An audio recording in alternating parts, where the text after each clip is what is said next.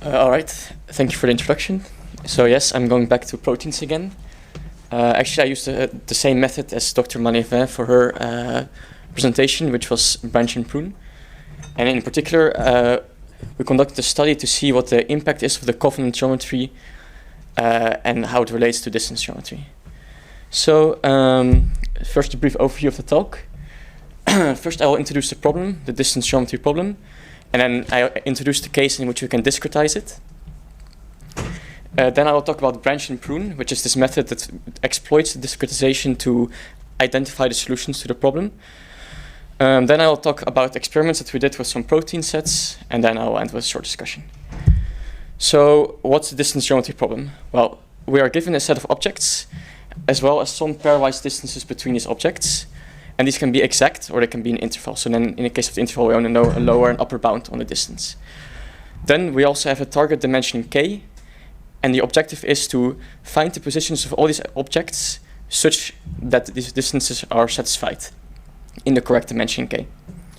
So when we have proteins, these objects are atoms, the distances are interatomic, and the dimension is 3. And a solution to our problem corresponds to a possible structure of a protein in 3D.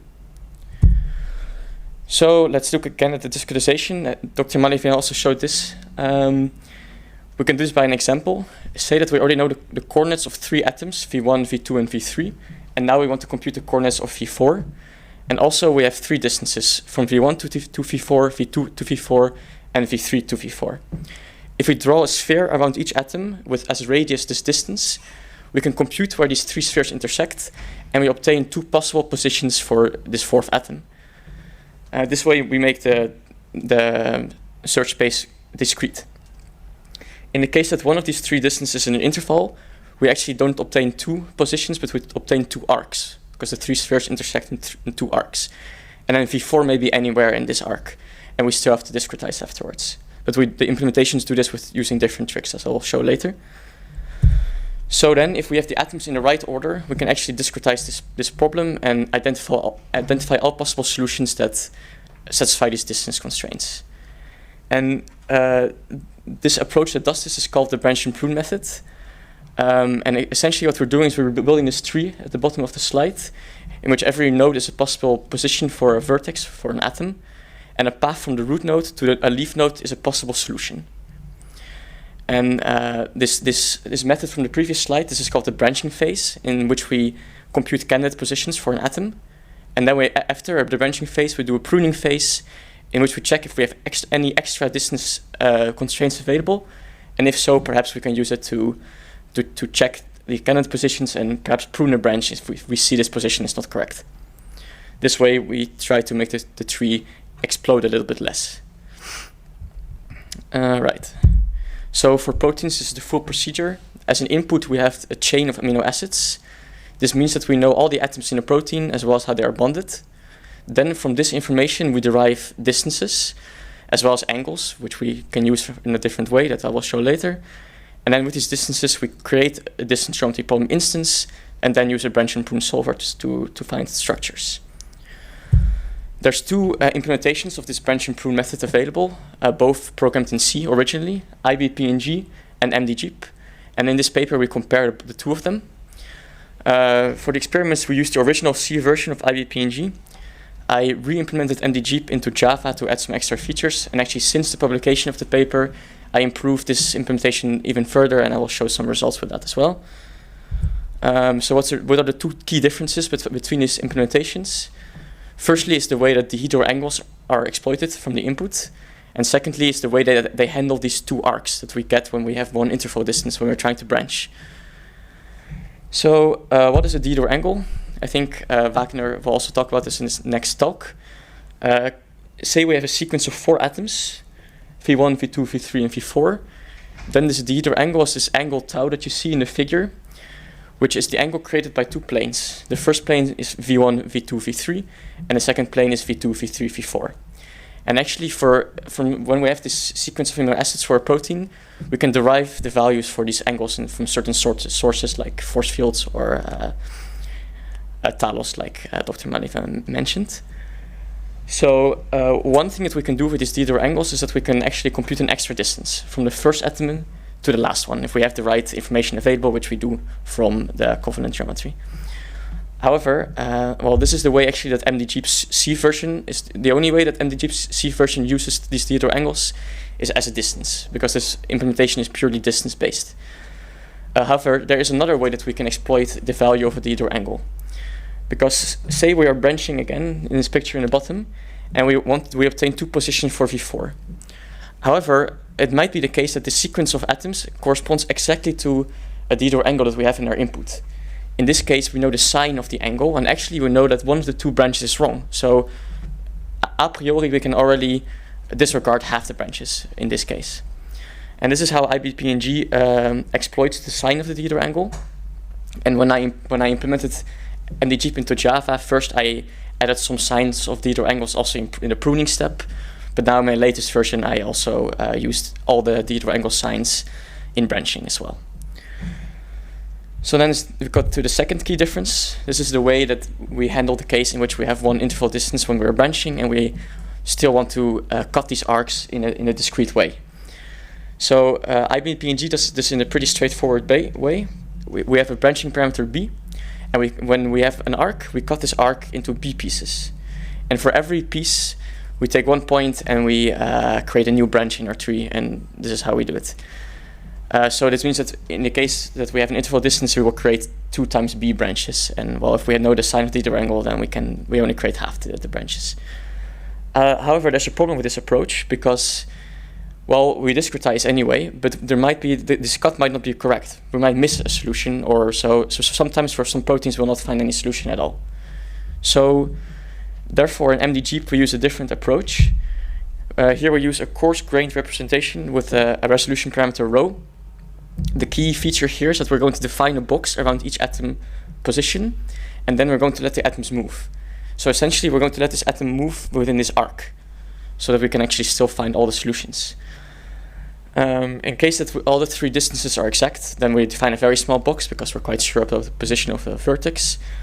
But if we have one interval distance, then we use these arcs to define boxes. For instance, if the arc is small, we can fit the entire arc into a box like we see in the picture.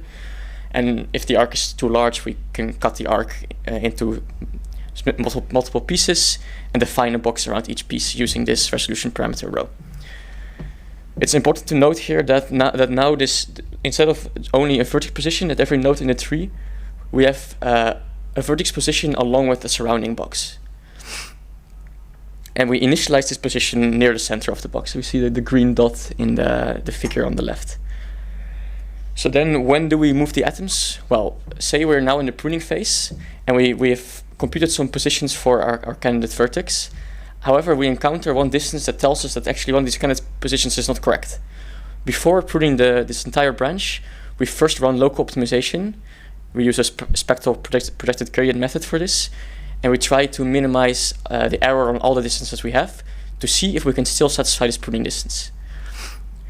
Well, if we can, then actually we can just continue, but if we still can't, then we prune this branch anyway and we move on. So this way we actually try to be able to identify more solutions because we can move these points on these arcs.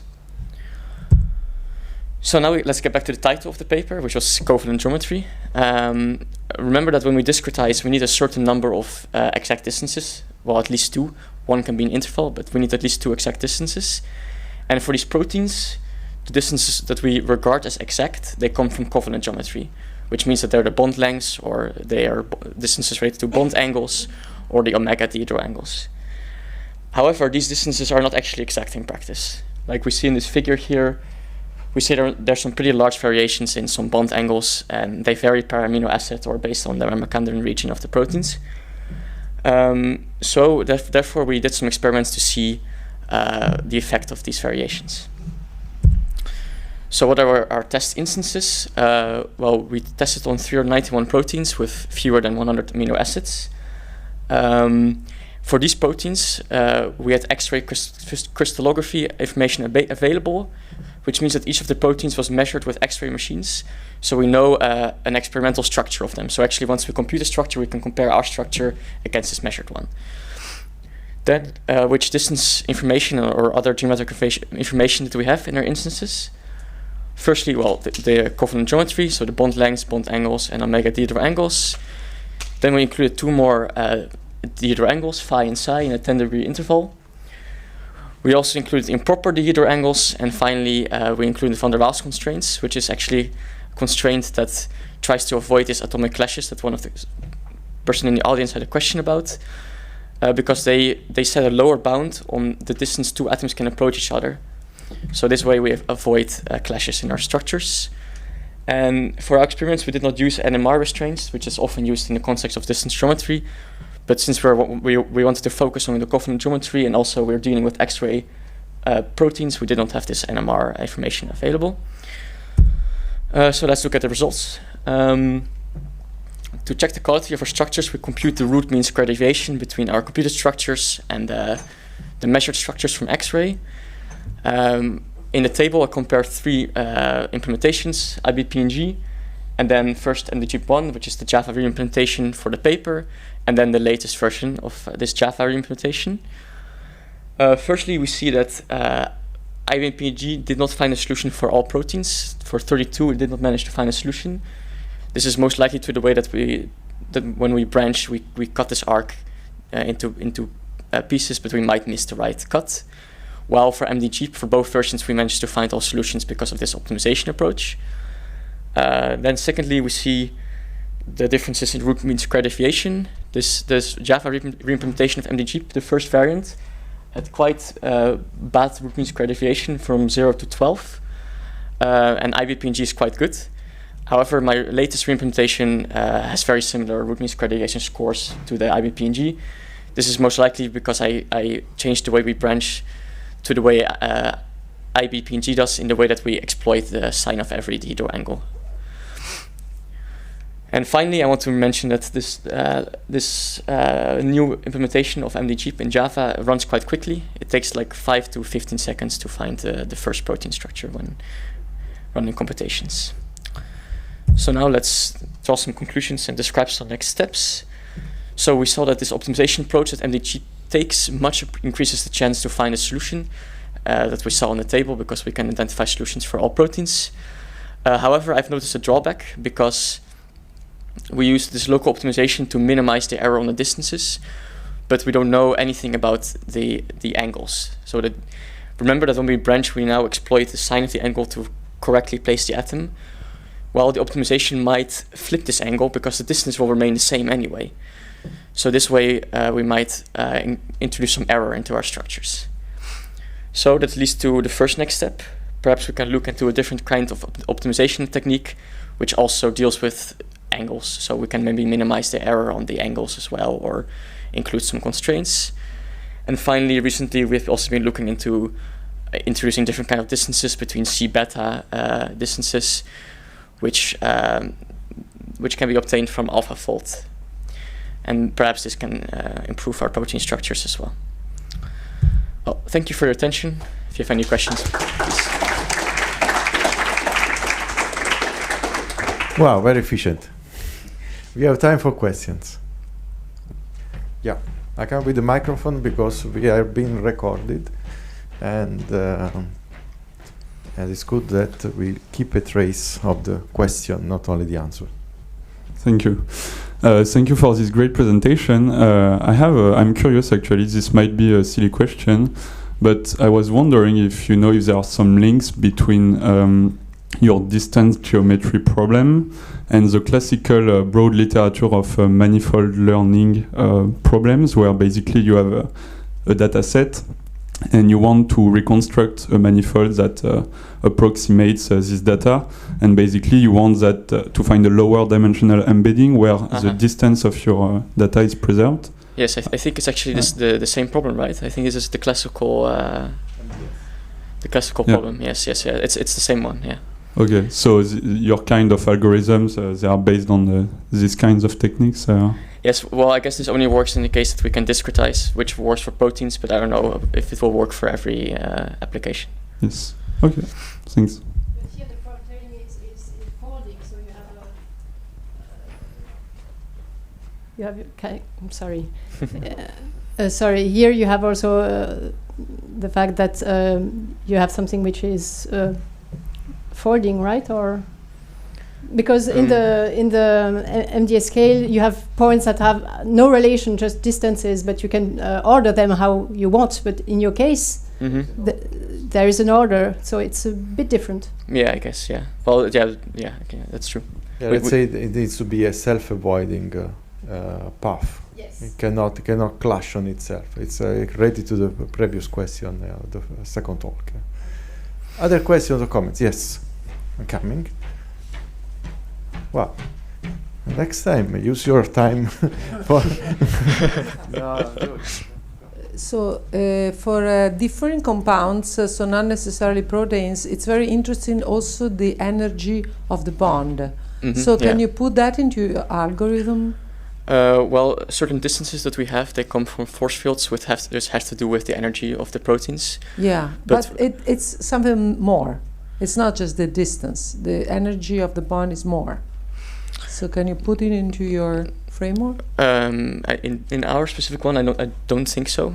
It has to be, I think, geometric in some way, at least. Yeah. And the other thing is that, are you able also to extract information about the proteins? So like, for example, Bronstein with geometric deep learning is able to decide whether protein is, soluble in water or not, this type of things, right? Can you play the same game there, perhaps? I'm not sure. Perhaps when you, as a step afterwards, once you have the structure computed, perhaps you can do some analysis there. I don't know. Because it seems promising. That's all.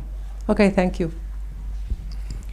We have time for another question in case there are. Perfect. Thank you very much, Simon.